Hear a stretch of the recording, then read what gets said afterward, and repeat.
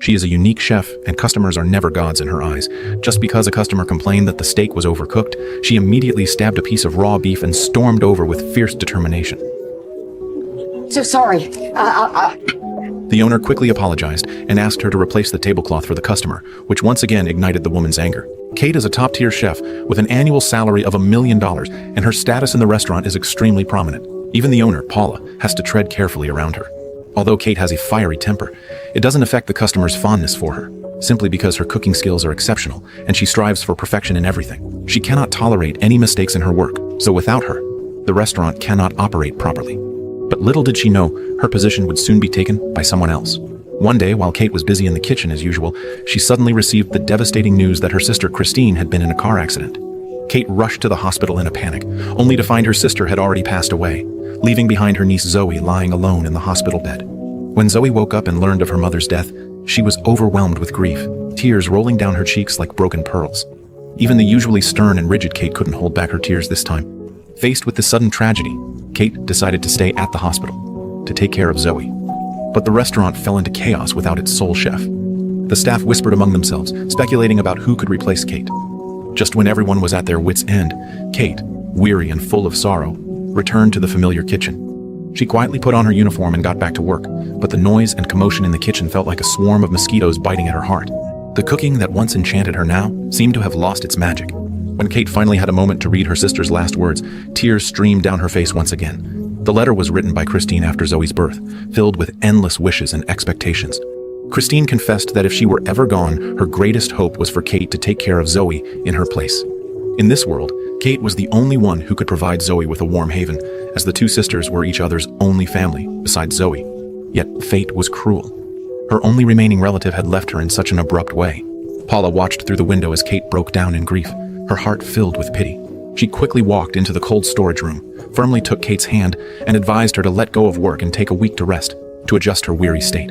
Kate followed Paula's advice. During her break, Kate brought Zoe home and did her best to provide her with constant companionship.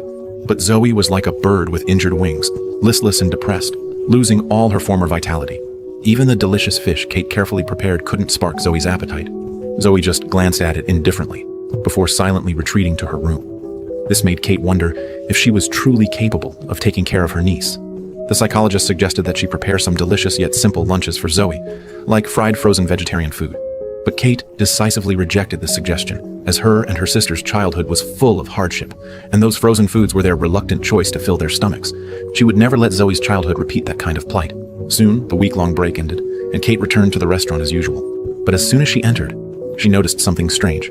The restaurant was unexpectedly bustling with unprecedented energy. When she stepped into the kitchen, she discovered the reason. A new head chef had arrived. This chef was the polar opposite of Kate's cold and aloof demeanor. He was humorous, easygoing, and played cheerful music while working. Under his lead, the staff sang along happily as they worked. Kate stared at the new chef with confusion and unease. For the first time in her life, she felt her position was under threat. Little did she know, this man would completely change her life.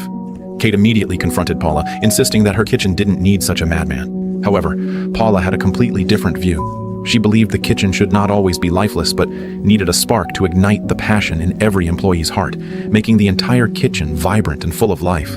Paula also informed Kate that Nick was a rising star in New York's culinary scene, highly sought after by many five-star restaurants.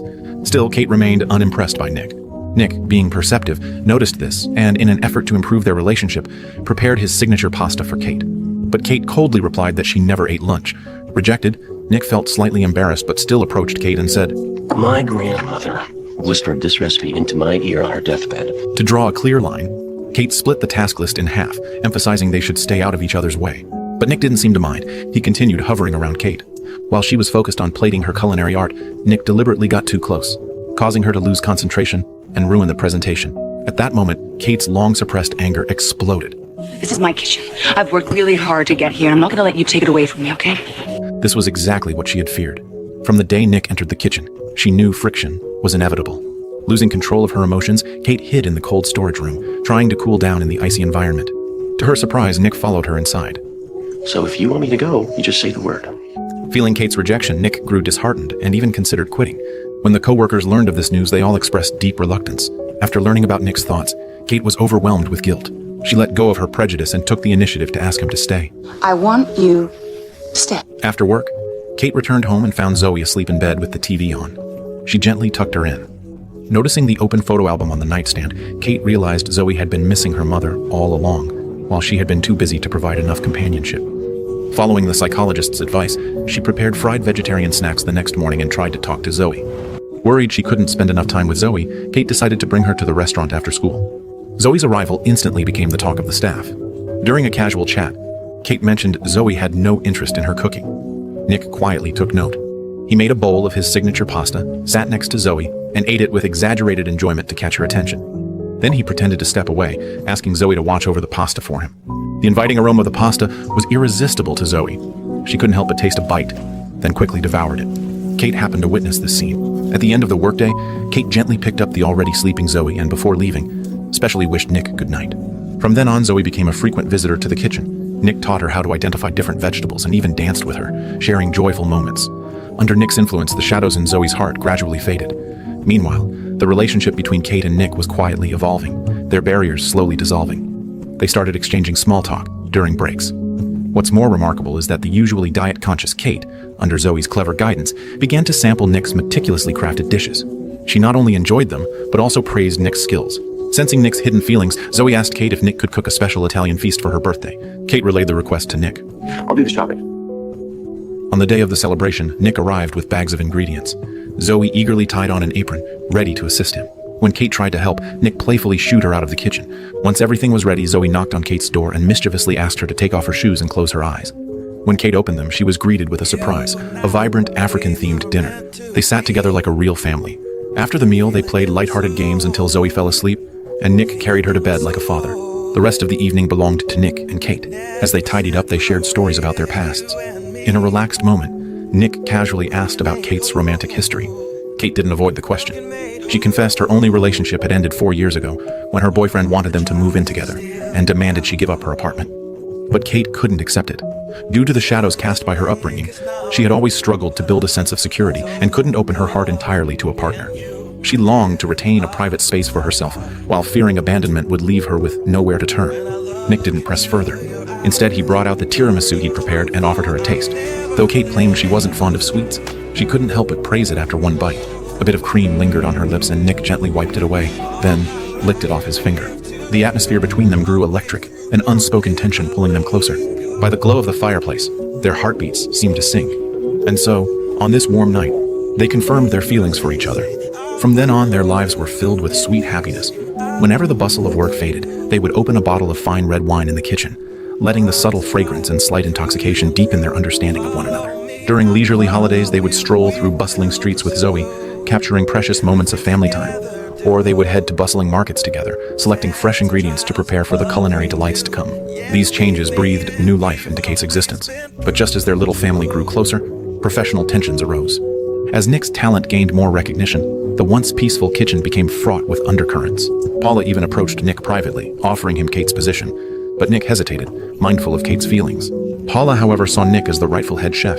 She praised him publicly while unintentionally sidelining Kate, as if she no longer mattered. Even during service, Paula often asked Nick to showcase his skills without acknowledging Kate's contributions. Despite this, Nick remained attentive to Kate's emotions, but felt powerless. After hearing these words, Kate finally realized Paula's dissatisfaction towards her, which stirred an indescribable emotion in her heart. After Paula left, Kate quickly pulled Nick into the storage room. It's okay to let people in sometimes. Facing the accusations, Nick decided to resign to prove his innocence. Kate had spent years guarding her heart. Nick's warmth had opened it, but it remained as fragile as a mimosa. When Kate returned home, a voicemail from Nick struck her like thunder. Oh, and for the record, I did turn her down. At that moment, Kate realized she had misunderstood Nick, but her pride made it difficult for her to initiate an apology. Meanwhile, Paula reprimanded Kate for her rashness and demanded she find Nick's replacement immediately. Over the next few days, Kate interviewed countless chefs, but none met her standards. Zoe also noticed something was off and asked Kate why she hadn't seen Nick for so long. Kate honestly explained that they had a quarrel, which saddened Zoe, leading her to retreat to her room. However, the next morning, an unexpected incident occurred. Zoe was missing. At that moment, Kate fell into a panic, desperately running into the streets hoping to catch a glimpse of Zoe, but it was all in vain. As hope dwindled, Kate thought of Nick, trembling as she dialed his number. After hearing the news, Nick was filled with anxiety, quickly meeting up with Kate and comforting her.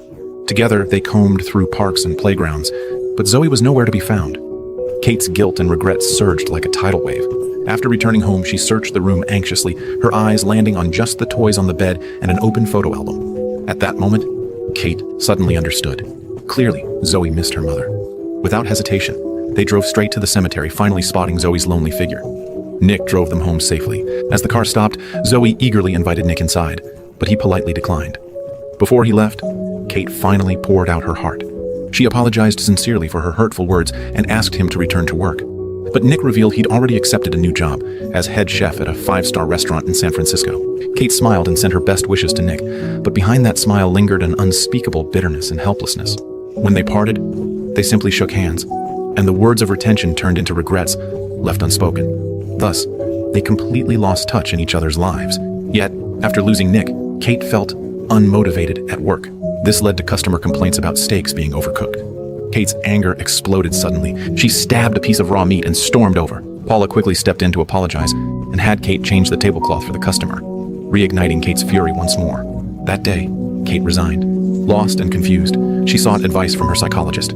After listening, the doctor spoke with deep sincerity. What I was going to say was, you know better than anyone. It's the recipes you create yourself that are the best. The therapist's words struck deep in her heart, illuminating her understanding. Kate has always confined herself to a narrow world, overly immersed in the vortex of work and her own emotions, neglecting the feelings of those around her and never truly confronting her inner desires. Life is a long journey.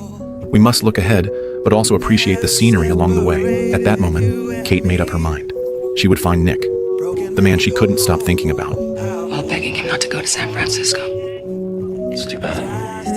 In that instant, time seemed to freeze, and they released their past entanglements, dissipating the misunderstandings in their hearts, awakening the love that had been buried deep within. Soon after, Kate and Nick turned their shared dream into reality, opening a restaurant brimming with love and warmth, named after the three of them.